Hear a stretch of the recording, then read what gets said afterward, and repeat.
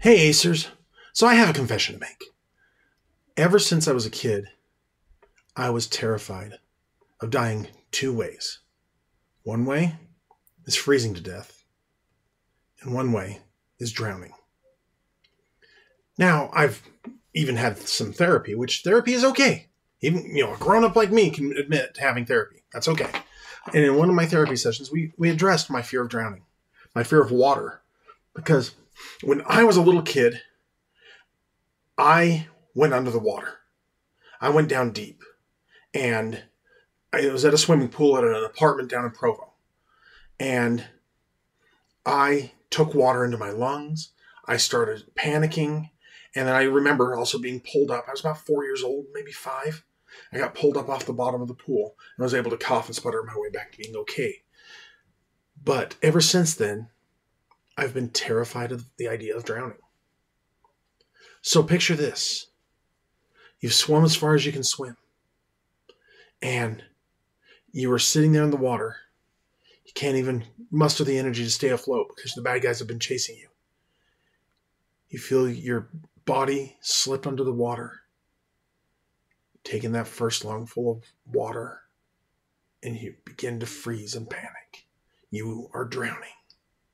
That's the way you could narrate it to a character. Now, honestly, I did definitely learn a lot about myself and about ways to not panic when I'm underwater and just to keep breathing calm before I jump in the water. I got to a point where I could actually go in water over my head again, but not too deep. I still don't go too deep. Although I want to get my scuba certification. Isn't that funny? Isn't that weird? I am terrified of water, or I was terrified of water, I should say. That's probably more correct. Just the same way that I changed my view on being unemployed when I was unemployed to being I was a professional looking for the next company to help. I changed my thing of I'm not afraid of water. I may not enjoy it, but I'm not afraid of it anymore. I actually got to the point where I'd hold my nose and do a tumble off the side of the deep end of the pool into the deep end and then work my way back out because I could swim out. Because that's how the pararescue guys did it in a video that I saw here on YouTube. So, yeah, I've always been, just like I said, terrified of the idea of drowning. But that's what Savage Worlds actually covers in its rules on drowning. So let's take a look at that situational rule, or the it's a situational rule for drowning. It's on page 126, and it says swimming is covered under movement on page 92. In still water, each inch of movement takes on the tabletop. So if you're using the grids, takes 2 inches of pace.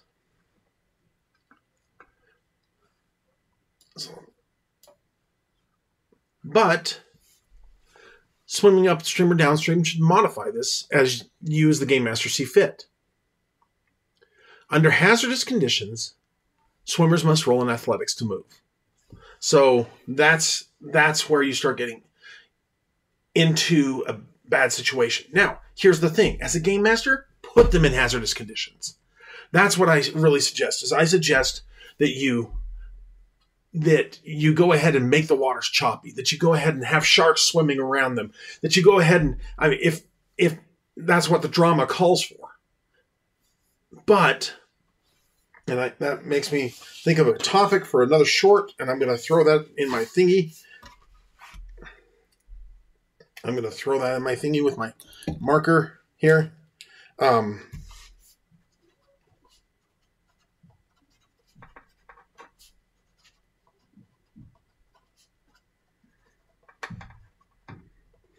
Okay, I've written it down.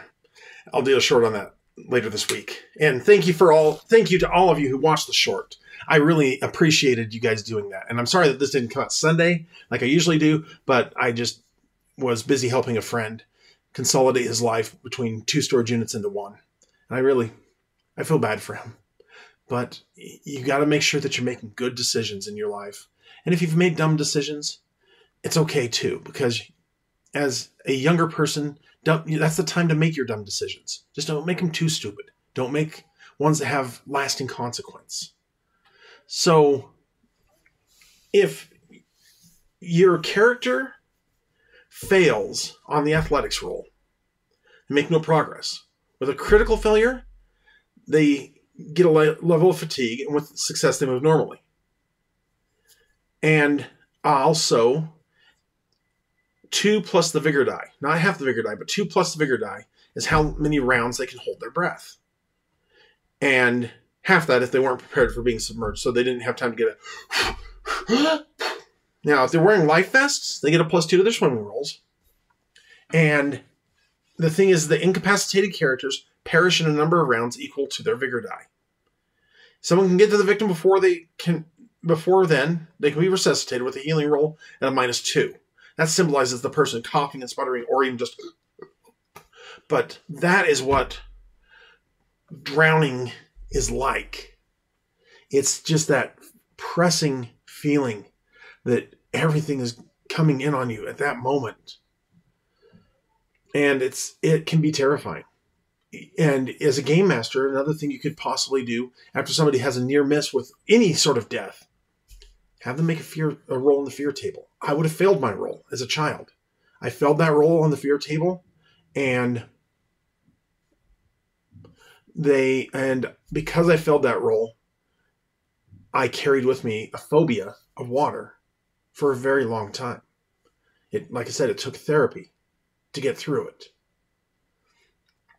So that's the thing. That's the other thing, though, is if something scares you, like really scares you to the point that you cannot make a choice or act, get some help.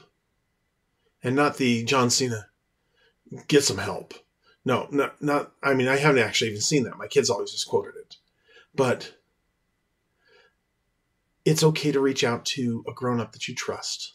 And it doesn't have to be your parent. Your parents might have been the ones that put you there. But it's okay to reach out to a grown-up that you can trust. And to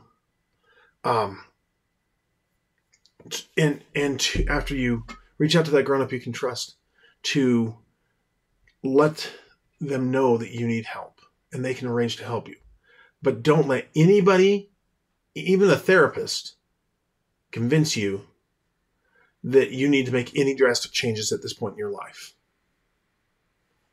There are certain things that you can do without harming yourself, and don't make any changes to you until you've had a chance to let your hormones calm down, because you're a teenager and hormones are all over the place. You're not going to feel happy or comfortable, but you might feel happy or comfortable. You might be having a day, and that's okay. We all have days. But part of growing up and getting to my age is being able to realize that everybody has a day. And like I said, when I was a teenager, it took me a lot to not be having a day every day. I love my parents to death, but I really want nothing to do with them because they were part of the reason why I was near suicidal as a teenager. And they still don't understand me all the way. But I'm grateful to them. I'm grateful that they gave me my life. And it is my job in this world to make this world a better place for me and make it even better for my children. And to have the hope that my children can make it better for their children, my grandchildren, and my great-grandchildren, and my great-great-grandchildren that I might not ever meet. But someday, somebody's going to play a game of Harvey's Heroes, and it's going to say, created by Mason Emerson. And I'm going to be wherever I am at that point, and I'm going to be like, yeah, they're having fun because of something I was able to leave. And I hope that these videos are something that I am leaving too, that are helping you guys to learn who you are and learn that it's okay to be you. It's okay to be uncomfortable. It's okay to not feel right, because life eventually settles down. Your hormones settle down, and you find out who you really are. And who you really are is a wonderful person, just the way you are.